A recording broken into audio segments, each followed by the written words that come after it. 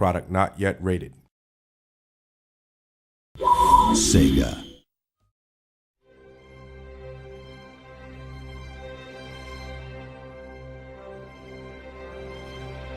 And action.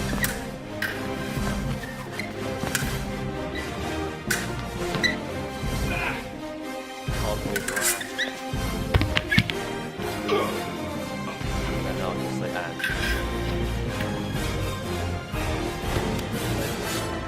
It's the first time in the Total War series that we've taken the battles to the high seas. We've added naval battles.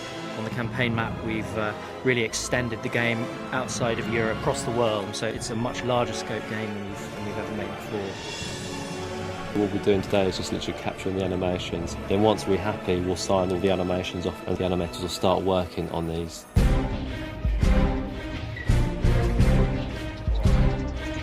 The motion capture that we're doing today, the majority of it relates to specifically dueling. That will be seen in the game in terms of the dueling movie. So you'll see the duel played out, which is strictly a sort of one-to-one affair between those two characters.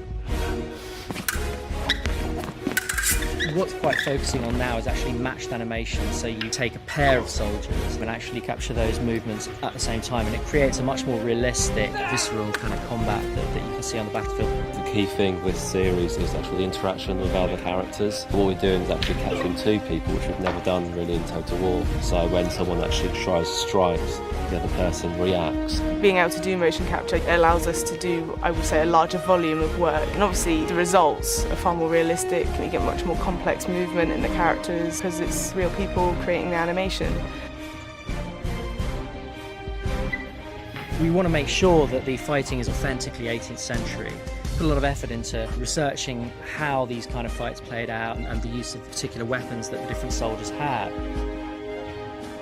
We kind of reference a lot of films, and one of the series we've referenced on the Sharp is really great to see, you know, just the historical accuracy and what they look like. It also gives us a backdrop as animators to really give the feel of the time, which is really important.